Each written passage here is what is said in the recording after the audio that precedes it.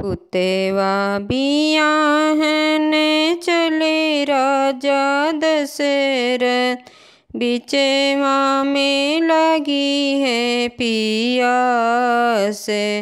जे केहू होते एही रिस की मड़ैया, बुनए के पनिया पियाओ।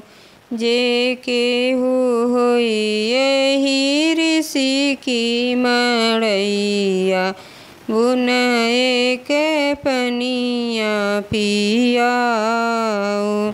भितरा से निकरी है सीता रनियवा, हथवा गेड़ुआ जुड़े पान। बाएं हाथे लिहि सीता झांझर गेड़ुआ, दहिने रेशम कई डोर। बाएं हाथे लिहि सीता झांझर गेड़ुआ, दहिने रेशम कई डोरी।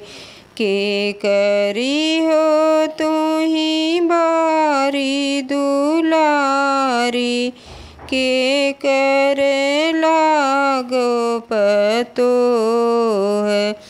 कवने छयल संग ब्याहल बाटो, पनिया के कैलू विचार।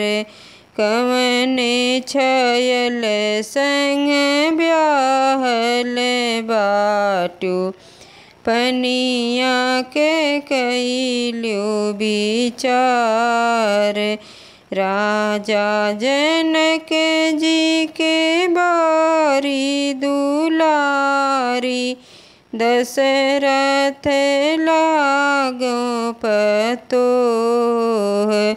राम छयल संग ब्याहल बाटी, पनिया के कैलो विचार।